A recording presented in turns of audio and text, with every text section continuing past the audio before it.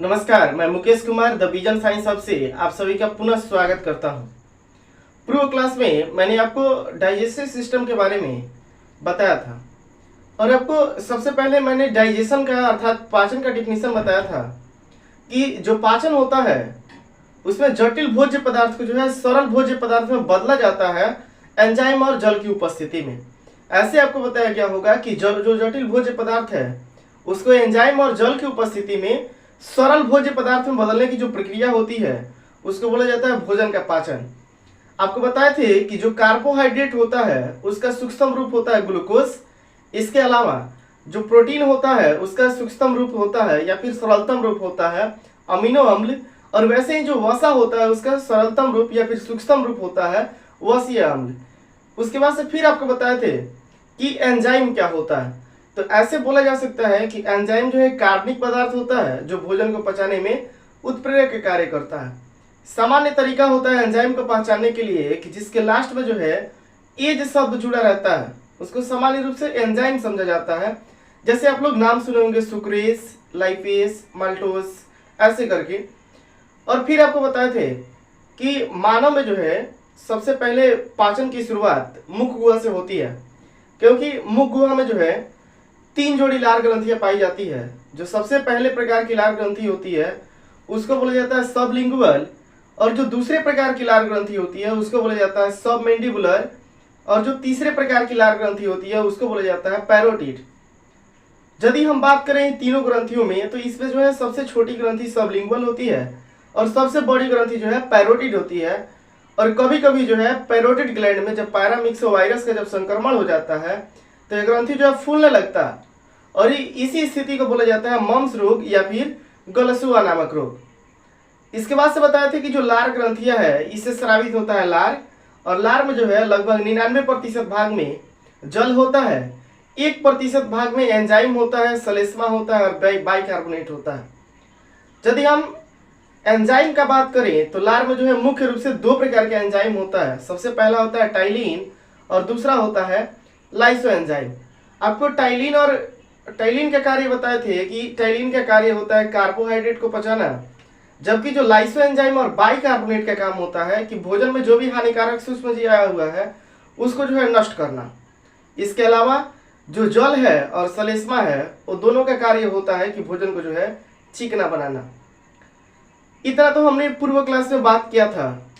आज की क्लास में हम मुख गुहा में ही एक और चीज होता है जिह्वा और दांत, उसके बारे में पढ़ेंगे।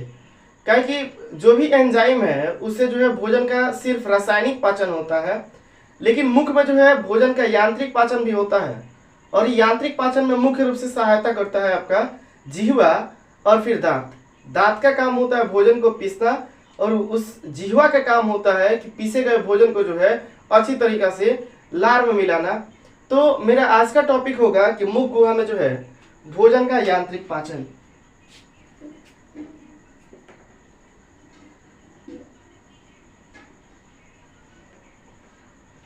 मुख गुहा में भोजन का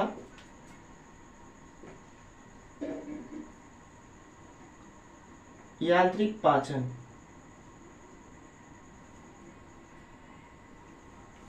मुख गुहा में भोजन का यांत्रिक पाचन कैसे होता है इसके बारे में पढ़ना। तो सबसे पहले जो है हम इसमें देखेंगे दांत के बारे में कि दांत जो है उसका लेयर कितना होता है और मानव में जो है दांत का कितना प्रकार होता है। चूंकि दांत और जिह्वा के द्वारा ही मुख में जो है भोजन का यांत्रिक पाचन होता है। दांत जो है उस भोजन को अच्छा तरीके से चबाने में मदद करता है, जबकि जिह्वा जो है उसको लार में मिलाने में सहायता करती है। तो आइए मुख गुहा में भोजन का यांत्रिक पाचन पढ़ना है, और इसमें जो है मुख्य रूप से पढ़ना हम लोग को दांत के बारे में। यदि हम बात करें कि मानव का जो दांत होता है इसमें जो है 3 लेयर होता है। सबसे जो बाहरी लेयर होता है इसको बोला जाता है इनेमल। जो मध्य वाला लेयर होता है इसको बोला जाता है डेंटाइन, और जो सबसे आंतरिक परत होता है इसको बोला जाता है मज्जा गुहा।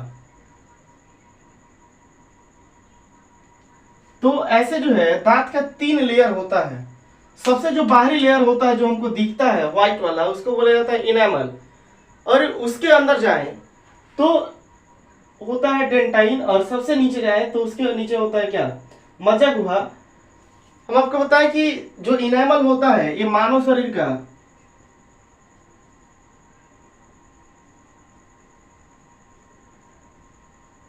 सबसे कठोर हिस्सा होता है।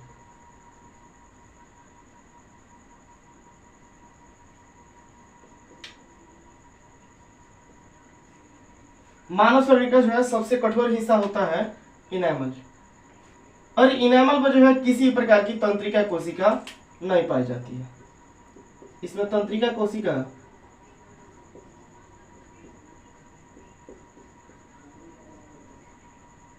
नहीं होती है।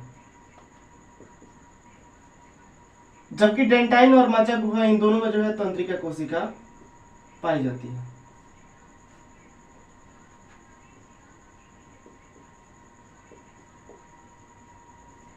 तंत्रिका कोशिका प्रेजेंट होती है। तो दांत का जो सबसे बाहरी लेयर है उसको बोला जाता है इनेमल, मध्य लेयर को बोला जाता है डेंटाइन, और सबसे जो आंतरिक लेयर है उसको बोला जाता है मज्जा गुहा। दांत का जो इनेमल भाग है वो मानव शरीर का सबसे कठोर हिस्सा होता है। यदि हम बात करें कि हड्डी और दांत का निर्माण किससे होता है, तो सबसे अधिक इसमें कैल्शियम होता है, फिर फास्फेट का नंबर आता है। और फिर जो इनेमल होता है इसमें तंत्रिका कोशिका नहीं पाई जाती है, जिसकी वजह से इनेमल में जो है किसी प्रकार का दर्द का अनुभव नहीं होता है।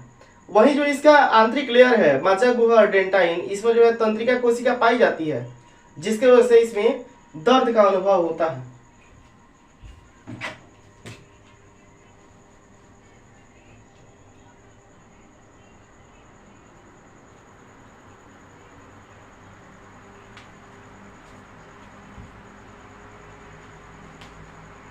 तंत्रिका कोशिका पाई जाती है। दांत का जो मध्य लेयर होता है और आंतरिक लेयर होता है, अर्थात डेंटाइन और मज्जा गुहा, इन दोनों में तंत्रिका कोशिका पाई जाती है, जिसके कारण जो है इसमें दर्द का अनुभव होता है। वहीं यदि हम बात करें इनेमल का, तो इनेमल में जो है किसी प्रकार की तंत्रिका कोशिका नहीं पाई जाती है, जिसकी वजह से इसमें दर्द का अनुभव नहीं होता।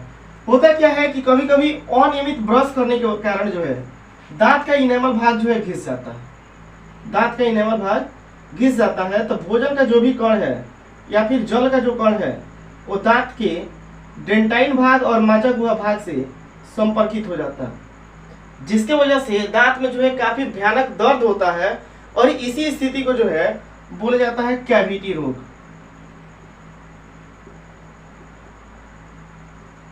कैविटी रोग। दांत का जब बाहरी लेयर जो इनेमल होता है वो अनियमित ब्रश करने की वजह से जब घिस जाता है, तब जो भी भोजन का कण है या फिर जो जल का कण है वो दांत के मध्य वाले भाग अर्थात डेंटाइन और मज्जा गुहा में चला जाता है, जिसकी वजह से दांत में जो है काफी भयानक दर्द होता है। और इसी स्थिति को बोला जाता है कैविटी रोग। और कैविटी रोग के जांच के लिए जो है डॉक्टर द्वारा एक टेस्ट कराया जाता है, जिस टेस्ट का नाम होता है RCT टेस्ट। और RCT का फुल फॉर्म होता है रूट कैनाल ट्रीटमेंट। एक बार और समझिए कि जो कैविटी रोग है उसको जांच कराने के लिए जो है डॉक्टर जो है RCT टेस्ट कराता है, और RCT का फुल फॉर्म होता है रूट कैनाल ट्रीटमेंट। और इतना कर लेने के बाद डॉक्टर जो है उस रिक्त स्थान पे, खाली स्थान पे जो घिस गया है वहाँ पे POP भर देता है, या फिर जो भी अन्य मटेरियल है जैसे चांदी वांदी इसको जो है भर देता है, जिससे कैविटी नामक जो डिजीज है वह ठीक हो जाता है। कैविटी के जांच के लिए जो है RCT टेस्ट कराया जाता है, मोस्ट इम्पोर्टेंट है RCT टेस्ट। RCT का full form root canal treatment. ये रहा दांत का लेयर। आप लोग इतना स्क्रीनशॉट लीजिए, फिर हम दांत का भाग पढ़ते हैं, ठीक है।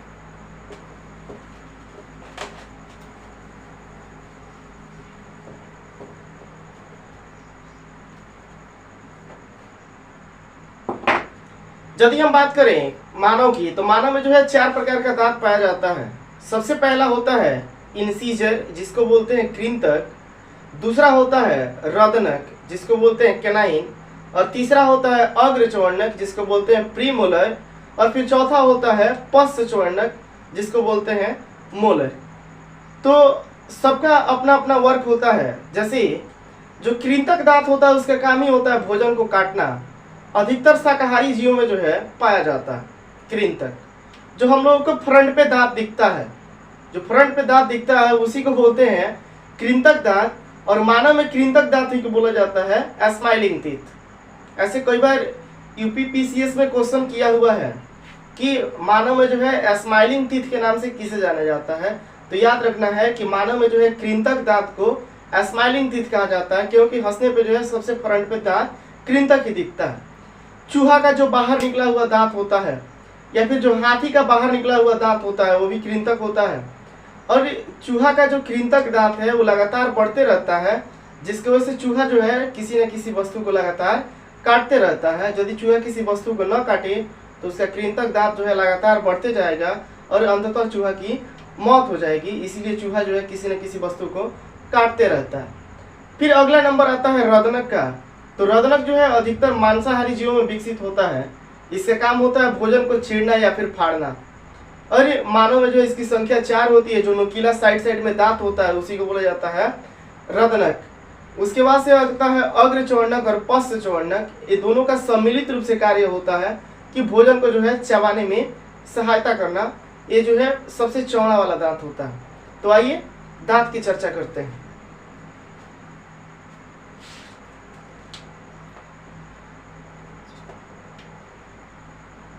लिख सकते हैं यहाँ पे कि मानव में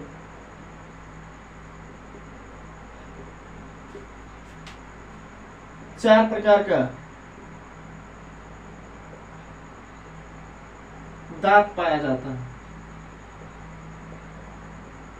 वैसे मानव जो है विषम दंती प्राणी है। विषम दंती कहने का मतलब है कि अलग अलग प्रकार का दांत धारण करने वाला, अलग अलग प्रकार का दांत रखने वाला। इसीलिए बोला जाता है कि मानव जो है विषम दंती प्राणी है। तो मानव में जो है मुख्य रूप से दांत जो है 4 प्रकार का होता है। सबसे पहला होता है कृंतक,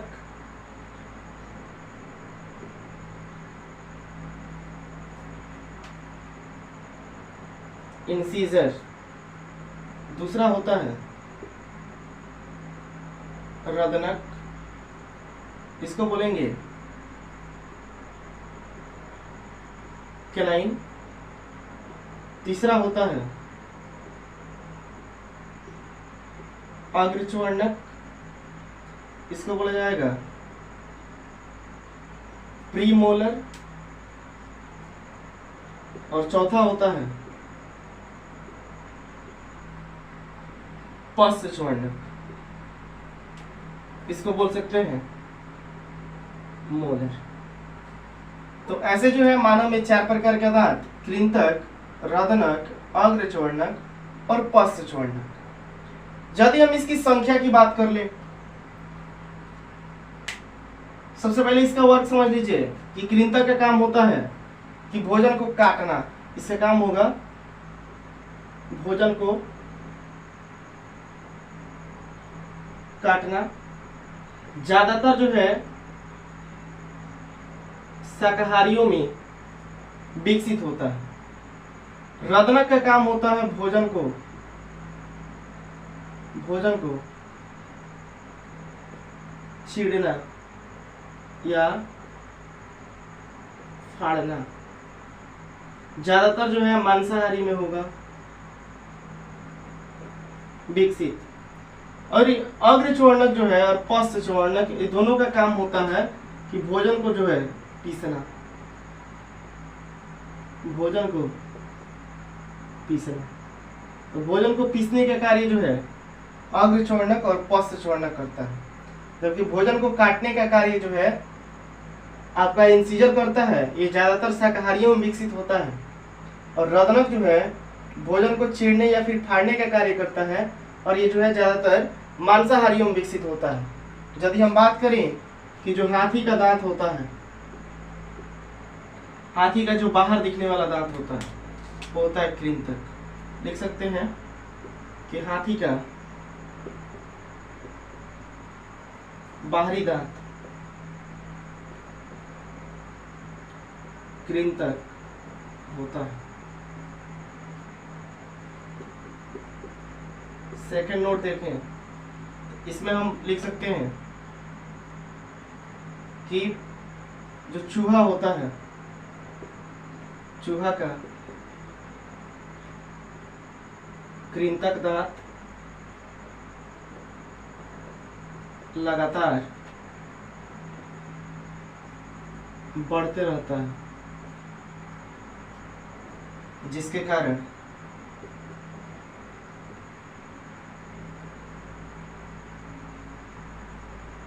वह किसी भी वस्तु को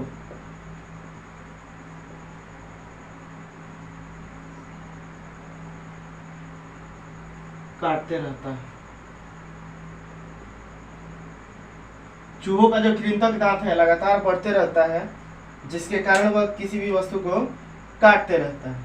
और फिर जो हाथी का बाहर दिखने वाला दांत होता है वो जो है कृंतक होता है। यदि हम अगले नोट की बात करें तो हम यहाँ पे लिख सकते हैं नोट थर्ड कि मानव में जो है स्माइलिंग टीथ,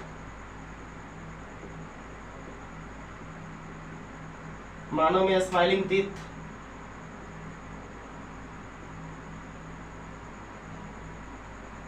कृंतक को कहा जाता है।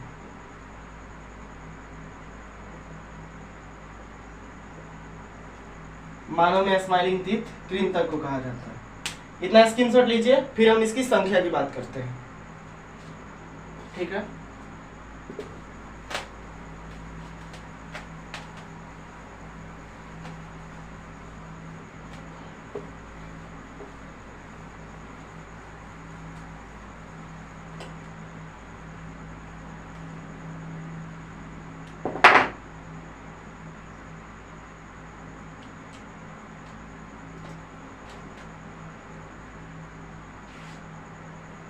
यदि दांत की संख्या की बात किया जाए तो हम आपको एक छोटा सा फिगर बनाते हैं।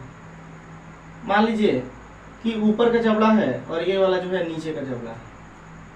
इसके लिए शॉर्टकट होता है 21 और 23।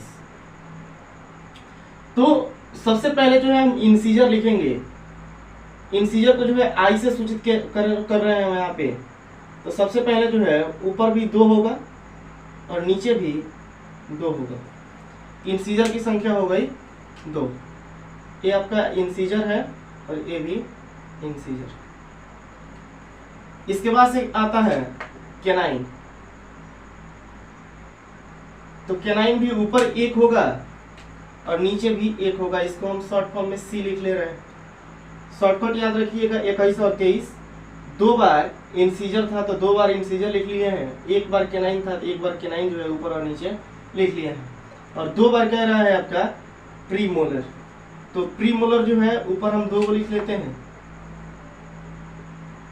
और नीचे भी 2 होगा। इसको हम शॉर्ट फॉर्म में लिख लेते हैं पीएम, पीएम। और ये भी जो है पी है और एम, प्रीमोलर है। और फिर कहता है कि 3 और 3 जो है आपका होगा मोलर। तो ऊपर भी 3 बना लेते हैं और नीचे भी 3।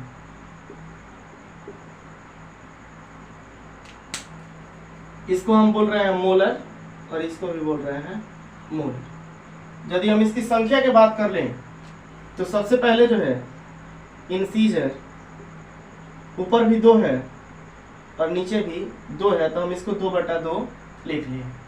उसके बाद से आता है कैनाइन। तो कैनाइन ऊपर 1 है और नीचे भी 1 है। इसके बाद से आता है प्रीमोलर। तो लिखते हैं हम इधर प्रीमोलर। प्रीमोलर की संख्या भी कितनी है, ऊपर है 2 और नीचे भी है 2। और इसके बाद से आता है मोलर। तो मोलर की संख्या ऊपर है 3 और नीचे भी है 3। यदि हम सबको कैलकुलेट करें तो 2 और 1 3 और 3 2 5 और 3 8 हुआ। 8 एक साइड में है तो इतना 8 को दांत जो है इस साइड भी होगा। तो इसको लिखते हैं 8 × 2 अर्थात ये हुआ 16। और फिर नीचे का यदि हम काउंट करें तो 2 1 3 और 3 2 5 और 3 8 हुआ। तो हम इसको लिखते हैं 8 × 2 मतलब 16। टोटल दांत की संख्या यहाँ से निकल के आई 32। ऐसे स्पष्ट है कि मानव में जो है इंसीजर दांत की संख्या, इंसीजर की संख्या जो है यदि हम ऊपर 8 और नीचे 8, इंसीजर की बात करें तो ऊपर 2 है और नीचे भी 2 है, 4 हुआ, तो 4 एक साइड, तो 4 जो है दूसरे साइड भी होगा, तो इंसीजर की संख्या 8। केनाइन की यदि हम बात करें तो 1 है ऊपर तो 1 नीचे, 2 हुआ तो 2 जो है इस साइड भी होगा, तो इसीलिए केनाइन की संख्या हुआ 4। यदि हम बात करें प्री मोलर की संख्या कितनी होगी, प्री मोलर, तो प्री मोलर की संख्या 2 ऊपर और 2 नीचे, 4 हुआ, तो 4 इस साइड भी, टोटल कितना हुआ 8। यदि हम बात करें मोलर की, तो मोलर जो है ऊपर 3 है और नीचे भी 3 है, तो 6 हुआ, 6 जो है इस तरफ भी होगा, तो 6 और 6 हुआ 12। टोटल यदि हम कैलकुलेट करें तो 12 और 8 20, 4 24 और ये 8 32। ऐसे जो है एक व्यस्क मानव में दांत की संख्या जो है 32 होती है। यदि हम बात करें कि जिसका एज जो है 5 वर्ष से कम है, 5 वर्ष से कम आयु वाले बच्चों में, जिनका एज जो है 5 वर्ष से कम है, उनमें क्या होगा, तो उसके लिए कोड होता है, यहाँ पे 21 23 है, तो हम यहाँ पे कर लेंगे 2102, अर्थात इसमें इंसीजर की संख्या सेम रहेगा 8 और 8, केनाइन की भी संख्या सेम रहेगा 4, और फिर जो यहाँ पे प्री मोलर है इसकी संख्या हो जाती है 0, प्री मोलर होता ही नहीं है, और फिर मोलर में एक दांत कम हो जाता है, जैसे यहाँ पे 3 है, नीचे भी 3 है, तो 3 और 3 6 हुआ, 6 इस साइड भी, टोटल हुआ 12। लेकिन इसमें जो है मोलर जो दांत है 2 ही होता है, तो 2 ऊपर और 2 नीचे, 4 और 4 इस साइड होता है, टोटल 8। तो आइए हम इस कोड के आधार पर बच्चों में लिख लें। तो सबसे पहले इंसीजर हो जाएगा आपका सेम रहेगा 8, फिर इसमें केनाइन रहेगा सेम 4, प्री मोलर जो है 0 होता है, नहीं होता है, और मोलर की संख्या जो है एक एक घट जाएगा, तो इसकी संख्या इधर 6 था तो अब हो गया 4 और 4 इधर होगा, तो टोटल हो गया 8। यदि हम जोड़ें तो 8 और 4 12 और 12 और 8 20। 20 दांत जो ऐसे हैं ये जिंदगी में जो है 2 बार निकलते हैं, इसीलिए इस 20 दांत को बोला जाता है अस्थायी दांत, अस्थायी दांत। तो क्वेश्चन पूछता है कि मानव में अस्थायी दांत की संख्या कितनी होती है, तो अस्थायी दांत की संख्या जो है 20 होती है। चूंकि यह जीवन में जो है 2 बार निकलता है, इसीलिए इस 20 जो दांत है इसको बोला जाता है दूध का दांत या फिर मिल्क टीथ। यदि हम बात करें, ये तो हुआ बच्चों की और ये हुआ वयस्क की, तो यदि हम 32 में से 20 घटा लें तो टोटल आएगा मेरा 12। तो 12 दांत जो ऐसा होता है जो जीवन में सिर्फ एक बार ही निकलता है, तो इसी दांत को बोला जाता है अस्थायी दांत, अस्थायी दांत। तो मानव में जो है अस्थायी दांत की संख्या 12, और अस्थायी दांत या फिर दूध का दांत जो मिल्क टीथ होता है, जिसका एज जो है 5 वर्ष से कम है, उसमें निकलता है, उसकी संख्या जो है 20 होती है, और इसमें प्री मोलर जो है 0 होता है और मोलर की संख्या जो है 8 होती है। सबको स्पष्ट होना चाहिए कि वयस्क में जो है इंसीजर की संख्या 8, केनाइन की संख्या 4, प्री मोलर की संख्या 8 और मोलर की संख्या 12। टोटल कैलकुलेट किए तो आया मेरा 32। यदि हम बात कर ले जिसका एज जो है 5 वर्ष से कम है, उसमें इंसीजर की संख्या 8, केनाइन की संख्या 4, प्री मोलर की संख्या 0 और मोलर की संख्या जो है 8 होती है। यदि हम सबको कैलकुलेट करें तो टोटल हुआ 20। और ये जो दांत है वो जीवन में जो है 2 बार निकलता है, इसीलिए जो है इस दांत को बोला जाता है अस्थायी दांत या फिर मिल्क टीथ या फिर दूध का दांत। अब होता क्या है कि मतलब ऐसे रियल केस में देखा जा रहा है कि किसी किसी में जो है 32 दांत हो, तो अब तो दांत की संख्या जो है 28 हो रही है, 28। क्योंकि जो मोलर है सब में जो है 3 और 3, 6 और 6 12 नहीं हो रहा, इसमें से जो है एक एक मोलर जो है एब्सेंट रह रहा है, जिसकी वजह से दांत की संख्या हो रहा है अभी 28। लेकिन जो 4 को दांत है मोलर का, 2 इस साइड का और 2 इस साइड का, टोटल जो है 4 दांत मोलर वाला, इसको बोला जाता है बुद्धिमत्ता का